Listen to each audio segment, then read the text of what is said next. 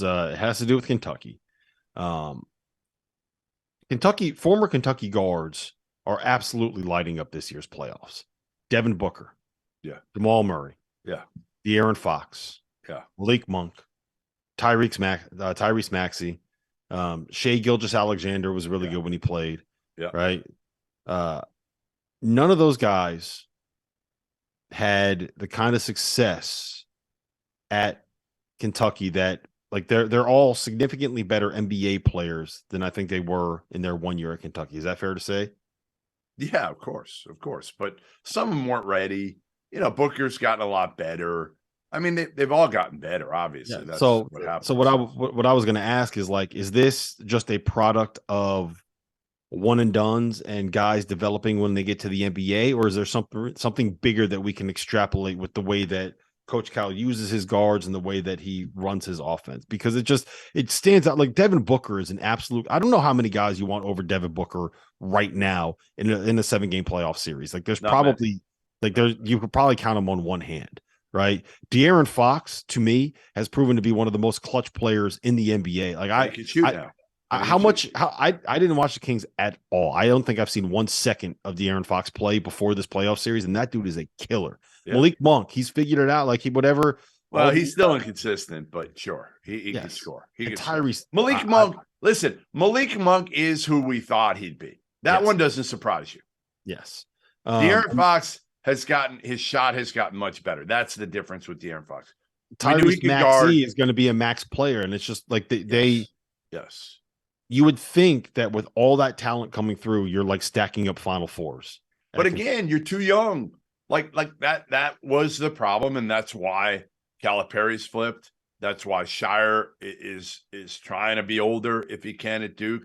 Like those guys realize after 6-7 years of not winning it and really not getting the Final Four, like we can't keep doing this. And that's what worries me about this Kentucky team this year is you're talking about having, right, Dillingham, DJ Wagner, Justin Edwards. I mean, those guys are gonna play a ton. I don't think. I mean, to me, I would be shocked if Oscar comes back. I mean, Bradshaw is terrific, the big kid, and he's probably more of a 4-ish for them. So like you've got your two guards, Dillingham and Wagner. They've got to play, I don't know, at least 20 minutes a game, probably more than that. Justin Edwards, who I love as a wing scorer.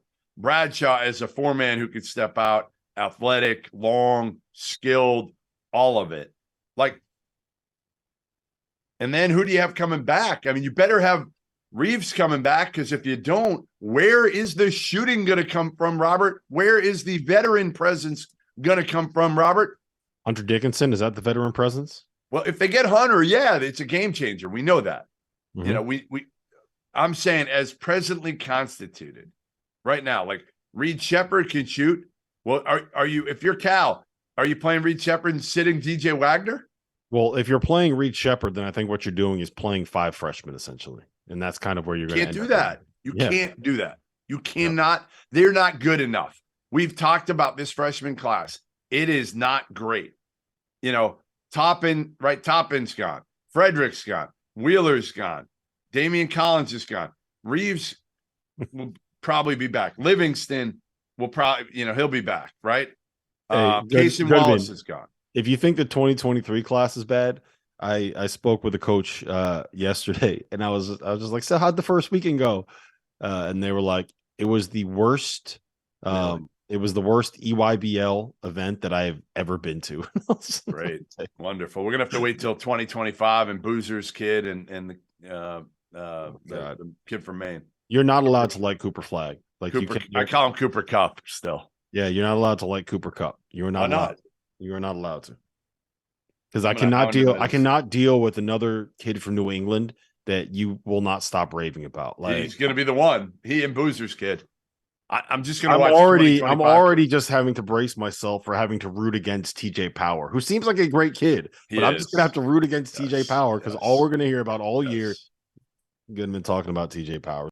Let me tell you guys about our sponsor for today's episode, Athletic Greens. I started taking AG1 a few weeks back. When we get in the middle of college hoop season, it can be hard for me to eat and drink as healthy as I probably should be, especially in late February and March when the schedule gets really busy. But I found that I've felt better as I've made AG1 a part of my daily routine. I take AG1 in the afternoons after the coffee is worn off and once the itis post-lunch is kind of set in. And what I found, my energy levels are up. It's improved my digestion. And as a result, I'm not only more efficient and productive in the most important time of the year for me and for the field of 68, but I'm working out more consistently. I just feel better. AG1 is so much more than just a greens powder. It's comprehensive health and the power of habit in one. Covering my nutritional basis for the day literally could not be easier, which is why I trust Athletic Greens. I just mix one small scoop of the AG1 formula with water, and I drink it every single afternoon. Done, just like that. I also like that it only costs $3 a day. The price is right. If a comprehensive solution is what you need for your supplement routine, then Athletic Greens is the answer. They are giving you a free 1-year supply of vitamin D and 5 free travel packs with your first purchase. Free! Just go to athleticgreens.com/field68. That's athleticgreens.com/field68. The link is in the description below. Check it out, support the field of 68, and feel better about yourself.